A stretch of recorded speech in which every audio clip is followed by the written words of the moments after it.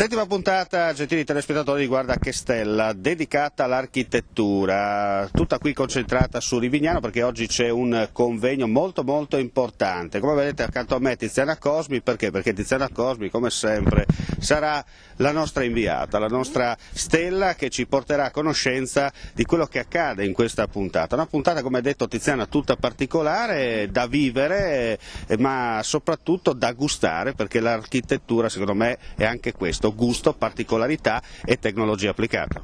E allora andiamo e scopriamo questa architettura di Rivignano.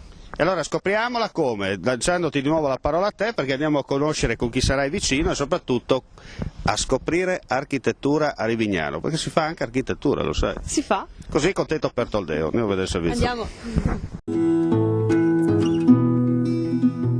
Il tema del corso interessa un ambito territoriale corrispondente ad alcuni comuni della Bassa Friulana, innanzitutto Rivignano e poi Pocenia, Teor, Bertiolo e Talmassons, interessati da un tratto del sistema idrografico dei fiumi di Risorgiva, Stella, Taglio e Tossa.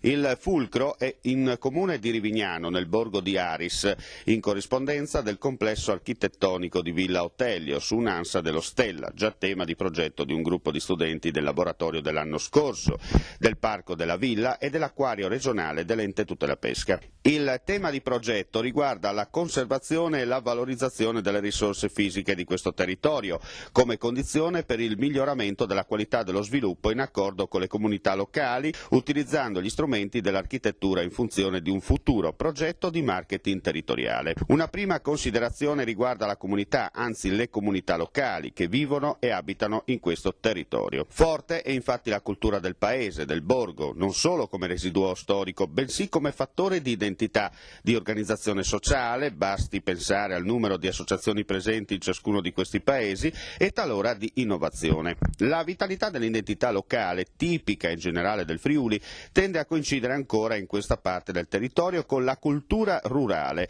anche se naturalmente l'agricoltura non svolge più il ruolo storico di attività produttiva prevalente. Senza entrare nel merito dei valori complessi di tale cultura, si può ipotizzare che tra essi vi sia la riproducibilità delle risorse naturali di un territorio, terra, acqua, vegetazione, eccetera, come condizione della sua sopravvivenza, un'idea cioè di sostenibilità.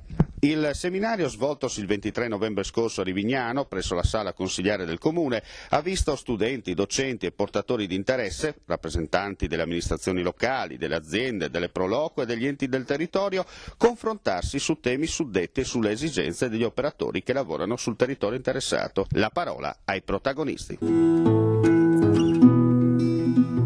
E cominciamo allora subito con le nostre interviste. Mi trovo in compagnia del sindaco di Rivignano, Mario Anzil. Sindaco, si sta svolgendo una lezione da parte dell'Università di Venezia qua a Rivignano?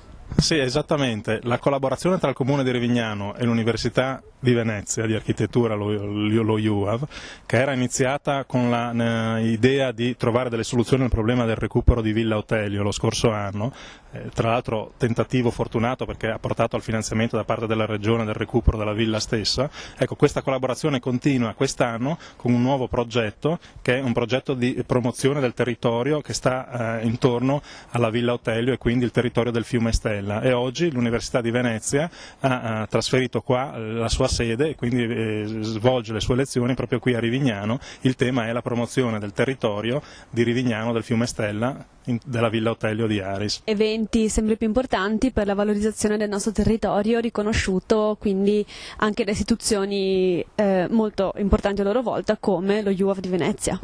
Certamente, noi abbiamo cercato di creare un circuito virtuoso tra enti, tra istituti, tra l'Università di Venezia, tra il Comune di Rivignano e tra gli operatori commerciali che oggi sono presenti a una parte di queste lezioni, per cercare insieme di trovare delle sinergie che portino alla valorizzazione di questo territorio per tanti anni dimenticato, quasi nascosto, e che oggi invece scopriamo essere un territorio che può essere valorizzato. Mi trovo in compagnia del professor Grandinetti dello UAV di Venezia. Professore, l'università sposa Rivignano?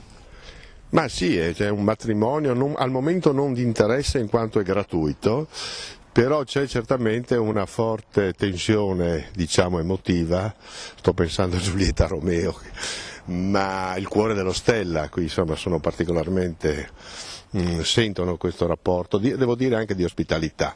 L'anno scorso abbiamo lavorato su Villa Otelio, quest'anno come laboratorio lavoriamo sul territorio di Rivignano con le sue straordinarie risorse che vanno da Villa Badoglio a Sterpo, perché arriviamo fino a Bertiolo, il borgo di Paradiso, le fattorie didattiche, lo Stella, insomma c'è una quantità di elementi di interesse naturale, culturale, veramente straordinari che meritano una particolare attenzione. E da questo si evince quindi anche questo riconoscimento della Facoltà di Architettura di Venezia verso Villa Otelio, che come lei ha già nominato, e che viene riscoperta.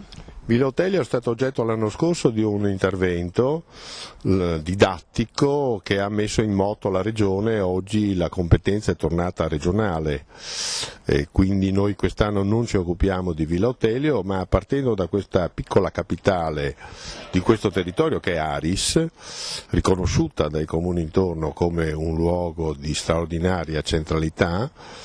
Partendo da lì l'idea è quella di valorizzare il territorio intorno ad Aris e a Villa Otelio, perché Villa Otelio in futuro possa farsi carico anche di una promozione appunto di queste risorse complessive, cioè è la comunità locale alla fine che mantiene le ville, i parchi, i boschi, i prati. Se la comunità locale non si fa carico di queste risorse, queste decadono. In questo senso Rivignano è una comunità locale particolarmente virtuosa, quindi è un matrimonio, diciamo, anche benedetto, ecco, diciamo. Professore, qual è il significato del suo intervento a questo convegno?